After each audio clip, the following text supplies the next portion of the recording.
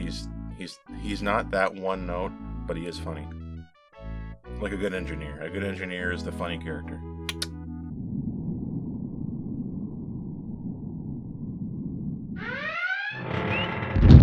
It would have been really easy to say, oh, the last episode, Kobayashi Maru, that was the high watermark. We're never going to surpass it for this show. But that's not what happened. I'm noticing a trend now where the worst episodes of a show or season are packed into the front. I don't know why this is. Usually you do the opposite because you want to make a good first impression, but the worst episodes of Prodigy were at the beginning. The worst episodes of Lower Deck were at the beginning. That doesn't seem to hold true for Picard and Discovery. I actually thought the first few episodes of Picard were better than the rest, so that is the exception to the rule. With Prodigy, fingers crossed, and I don't want to jinx it, but I think we're on a roll. I think the last 2 episodes have been good. The last 2 before that were okay-ish to good, and the ones before that were just okay. Terra Firma was good. Kobayashi Maru was great, and this episode is pretty good. This is the episode first, Con-tact. How many times have we heard the word contact as a title in Star Trek? Again, the names aren't that clever recently. This one is apt, but not particularly it's not a real zinger, so first con/tact. What do you think that means when you read it? The word con, it means to connive, to pull a con job on somebody. You steal from them, you trick them. How's that going to play in this episode? We're going to find out in a moment. This is Star Trek Prodigy episode, what is it? 6? 5? 7? I'll find out when I title the video. This is the second episode after the hiatus. First episode being Kobayashi Maru. First Contact is, I would say, the first episode of Prodigy where it feels like our characters have coalesced into the characters they're going to be for the rest of the season. I think we're starting to see their character arcs pay off. I think people are starting to sink into their positions. Like we're starting to see engineer, communications, captain. We're starting to see these positions coagulate into something, okay? Gwyn is even referred to as the comms officer in this episode. Granted, none of these people are in Starfleet. I hope that they will get to Starfleet because, let me tell you, they got the right stuff. This series so far is interesting in that we're seeing characters go from being villainous idiots who are young and naive become people worthy of being in Starfleet, especially with Dal. This episode is Dal's first major failure. This is his first test as a captain. And sometimes you have to fail that test as a captain to be the captain you need to be in the future, to be able to handle stress, to handle the grief and not show it. You need to fail. Failure is almost as important as success. Some people would say more so. So how does Dal fail in this episode? Well, this episode begins in our A-plot. By the way, this episode is almost entirely A-plot. The entire crew is involved in it. Tiny little sprinkling of a B-plot. So, they're contacted by a ship in distress. Okay, it's a character mysteriously hiding their face. Ooh, who is this character? Dal finds out that this is essentially his foster mother. I think it's a female. I don't remember if it was said if it was or not. I did watch this twice, but I couldn't quite parse it out. Not that it matters. This character's name is Nandi, okay? If this is a female, good for her. She looks like she's got the lobes for business, but also the lobes for conning people, unfortunately. It's unfortunate that we've seen a con job pulled on the crew by a Ferengi and not a different race. It would have been interesting to see someone else. It's just kind of obvious. You know what I mean? Like, you expect Klingons to be a villain. You know, not really, but... And you expect Ferengi to steal from you, right? It's kind of sad, but that's usually how they write these shows. It would have been interesting to see something else, but the kids aren't going to know. So, I mean, this is essentially a show produced for kids who have not really seen Star Trek. So are the kids going to know? Not really. So it's kind of a nitpick. So we're going to leave it at that. Nandi is essentially pulling a con job on people where she acts like she's in distress and she needs help, but really she's just going to waylay them in some way. But Dal figures this out. Hey, you're that Ferengi, you no good, blah, blah, blah, in all the sectors. What are the chances I'd meet you here? My own foster mother. Okay. And Jank Pog says something like, I don't see the resemblance. Jank Pog is very funny in this episode, by the way. I'm not going to spoil anything, but you should definitely check it out for yourself if you can. He's starting to grow on me. He's not that one note, but he is funny. Like a good engineer. A good engineer is the funny character. So it turns out that Nandi is in a bit of a bind, and she needs a certain type of crystal. Okay? Now, ostensibly, she needs this crystal to pay off a debt. I have no idea if this is true. And we need the protostar and its chimerium. Okay, chimerium powers the cloaking device that Nandi's ship uses to obviously cloak. Now, she explains that she doesn't have chimerium. Somebody in the crew of the protostar accidentally reveals that they do have chimerium on board that they got from the mining world in which the protostar originated in the series. So keep that in mind. We have chimerium. She needs this crystal. We'll make a deal. We'll use the protostar to make first contact with this planet. This is an advanced civilization who allegedly has access to this crystal that Nandi needs. So that's fine. We're going on a first contact mission. We're breaking the Prawn Directive. We are using Starfleet property to commit a blatant act of disregard for the Prawn Directive. Isn't the first time it happened. It's not the first, certainly not the first time a Starfleet officer has done it. So, the one saving grace is that these characters are not in Starfleet. So, how will they be punished for this? Well, they did. So far, our characters have stolen a Starfleet starship, and they've used it to commit a violation of the Prawn Directive. They are minors, so what should happen to them? I'll leave that up to you. But it's a constant thing in the back of my head, just orbiting in the back of my head somewhere. What should happen to these people? These children. I don't know. We'll see at the end of the season if they get back to the Federation. I hope they do. I kind of want this show to evolve into a serious, regular Star Trek show. But still be for kids so that we don't have to put up with cursing. Because this show doesn't feel like it's for kids. If you watch this, I don't understand. I'm starting to not see what kids would enjoy about it. But then again, kids used to actually watch Star Trek back in the day. People find that hard to believe now when I tell them. Did you know that Star Trek used to have children's toys? And they go, what?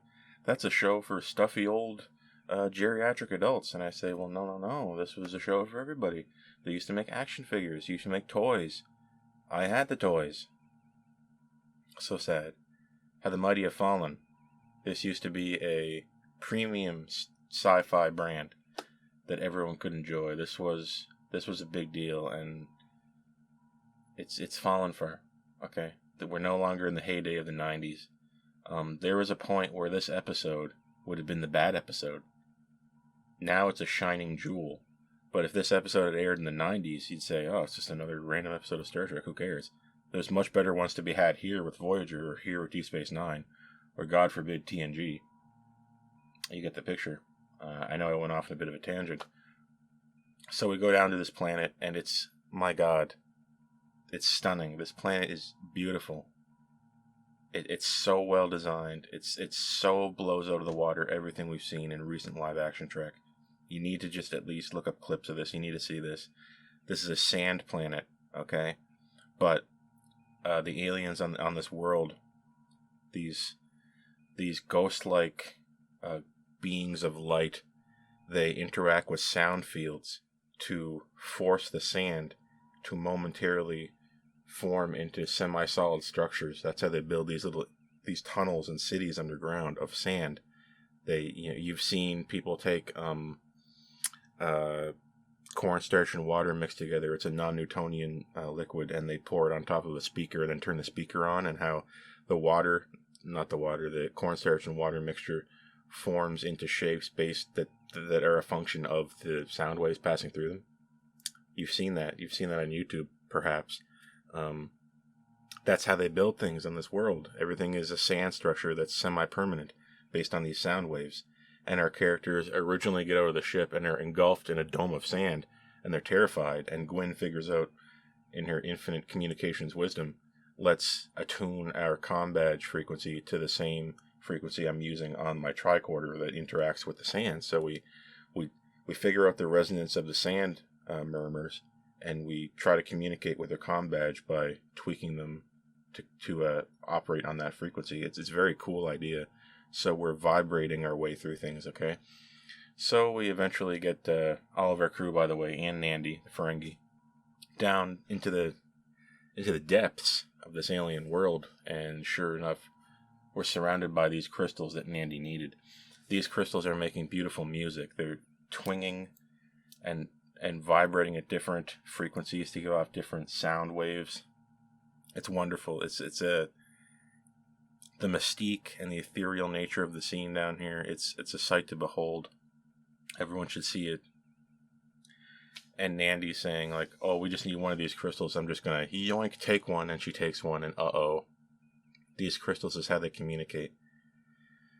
These crystals are important to them, and they very well may have gotten one if they had taken their time and tried to develop a rapport with these aliens. We are breaking the Prime Directive, but in all honesty, we probably could have got one crystal if we had taken our time, but our Ferengi friend cannot take her time, and she begins to yoink away the crystals. This is very bad. The whole planet is basically fighting them as they're trying to leave, collapsing in on them, yada yada yada. We get back to the surface, and we realize that Nandy knew that Dal had worked the mines. And Dal's like, there's no way you could have known that. I never told you that. You said I was abducted by them. And then we find out Nandy sold Dal into slavery. Very sad. It's really pathetic that would happen. And this character is a villain, right? This is a villainous, not to be trusted Ferengi, Nandy. I hope that wouldn't reflect negatively on the entire species to kids who watch this. They need to be shown Deep Space Nine after this. Anyway, they fight over the crystal. Dal loses the crystal. We're all disappointed. But Dal stuck a comm badge onto the back of the crystal, so they know exactly where it is. And we've already established in the pre-introduction scene of this episode that we are experimenting with the transporter. The characters of this show are now learning how to use the ship in a complicated way, in a way that requires skill. Our characters are becoming skilled at operating the protostar.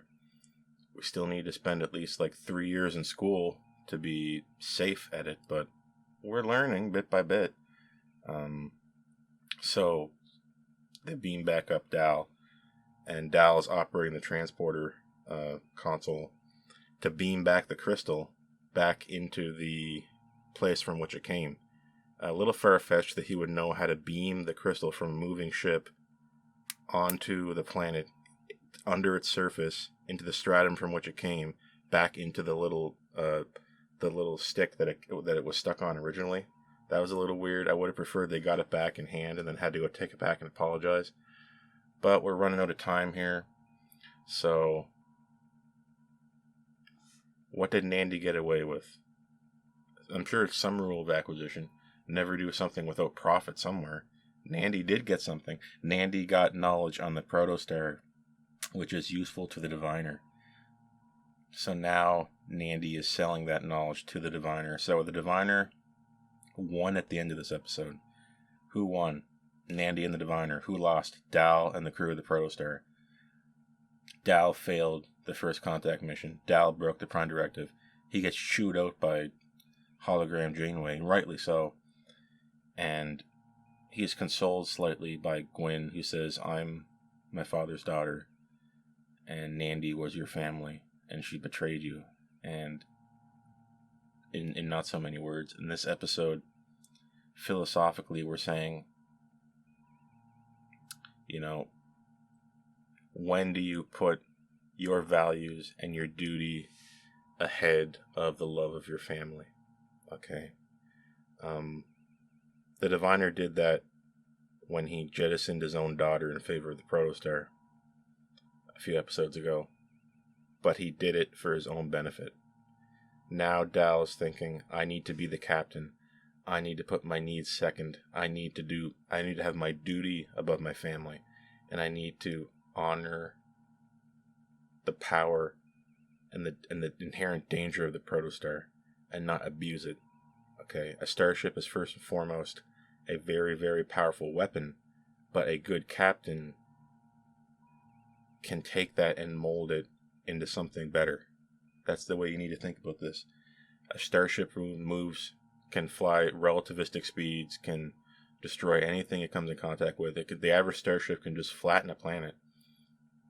But it takes a philosophically minded captain to rein that in, to control that fire. Fire is dangerous, but when you can control fire, it is useful. The same is true with a starship. Remember that. And Dal did not fully understand this concept. He did not take into account his duties. He was hesitating. Okay, Zero can read minds. Zero knew he was hesitating. The rest of the crew was gung-ho for this first contact mission, but Dal was not. Because Dal is becoming a captain. He is becoming someone who can be of multiple minds at once. He is thinking about the world around him. He's thinking about the starship. He's thinking about the crew. He's thinking about what they need to do. And it's a tremendous moment of growth, particularly for Dal, with regards to his relationship with the only family he's ever had, and with regards to his new family, which is the crew of the Protostar. Dal is becoming a captain because he has experienced his first serious failure. It's very important for this to happen. It's a shame we had to interfere into the development of another species, and it's really a shame that we left a comm badge on an object on that planet that they will eventually be able to reverse engineer and possibly figure out where it came from. That's very bad that happened, because we left evidence of the Federation somewhere where the Federation shouldn't have been. That was a serious failure on his behalf. Let's hope he took it very seriously. So this was a fantastic script. It was very tight. Everything made sense for the most part. A few little nitpicks here and there, like I said, but this is very strong. This was written to be a watertight screenplay. I think it's very to the point. It's A, B, C. We have a solid through line. We have a solid arc. We have the initiating crisis, the intrigue, and then we have the lowest moment, and then we at the very end we have a little poignant moment of self-discovery. It's designed like a great episode of Star Trek. It doesn't wow. It doesn't make me say this is unbelievable. Our B plot, though, that I mentioned, that was very tiny. All it was hologram Janeway reviewing the footage that she found last episode of Chakotay on the bridge, the moment before the hologram recording went black, where the hologram Janeway says, "We're being boarded," and she looks behind her, and hologram Janeway of today is looking through this recording and saying, "Pause, stop, zoom in, yada yada yada." She looks through the door and she can see just the eyes and head of Dreadnought, the robot character who was menacing us in the first few episodes of the show. Dreadnought is the number 2 guy for the Diviner, or is he? I'm starting to think Dreadnought is more complicit in what's going on than we previously thought, and maybe he's a little bit more than a henchman. Remember last episode, the Diviner was pleading with Dreadnought to do something, as if Dreadnought was in control. So in this episode, we learned that Dreadnought was the first individual to break into the bridge of the Protostar. So we know now that Dreadnought from the first episode was on the Protostar at one point, and he knew it was lost on the mining colony, Tars Lamora, I think it was called. So Dreadnought knows a lot. What's going on with Dreadnought? Hologram Janeway isn't so surprised by seeing Dreadnought come through that door, because Hologram Janeway has never seen Dreadnought. I'm sure there's recordings of the outside of the hull of the Protostar showing Dreadnought on video doing something, but I don't know necessarily if Hologram Janeway would know that. Hologram Janeway seems to be somewhat separate from the computer of the Protostar. It's not super clear, nor does it have to be for this episode to work. This episode was great. Like I said, if this had come out 30 years ago, it would just be ho-hum. But this isn't 30 years ago. This is today, and everything is not that wonderful in the House of Trek. However, Star Trek Picard, Star Trek Discovery wishes it had an episode as good as this. So when I give this a 7 out of 10, understand that that's actually a really good score for this episode. That's a really good score for a show like this. And if it continues, if we keep getting hits, if we keep getting bangers of episodes, okay, I'm going to start having to get even harder on this show. When it starts doing good, we have to get harder on it. Okay, we start to have to change our mind to a point where we have to roll back the wheel of time in our mind back to a point where we're watching actual Star Trek, and we need to review this harder, okay? I'm actually very lenient with the bad shows, but I'm harder on the good shows, if that makes sense. And if this season finishes strong and we get another season of solid episodes like this, we're going to start to think about this as an actual Star Trek show, which is unbelievable to say. I've been pro Prodigy since the beginning. I looked at the first shots of it and I thought this could be good, so I really wanted to give it a chance. So I am trying to reel back my bias. I'm a little bit biased towards this show, but I'm trying to be fair as well. This is a quote-unquote kids show. It is animated, but it is free from cursing, nasty behavior. It is free from vile, dark, dingy pain and suffering. If this sounds interesting, you know, a show that's free of those things, finally, maybe you should check it out. This has been Star Trek First Con-tact. Visually, chef's kiss on this one. This is beautiful.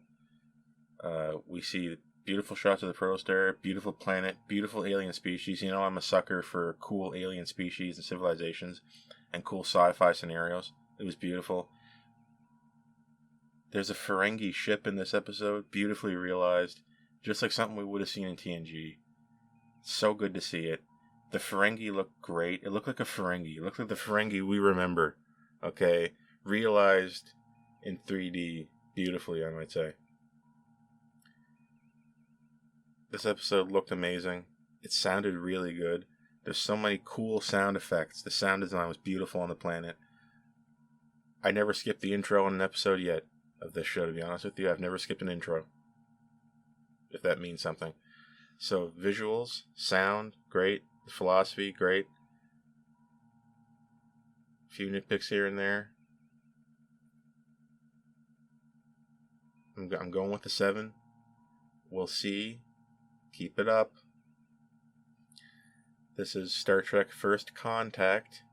I'm Lieutenant Mark, and I'm going to disappear until about next week when we get another episode of this pretty good show. Maybe check it out. Maybe don't. See you later.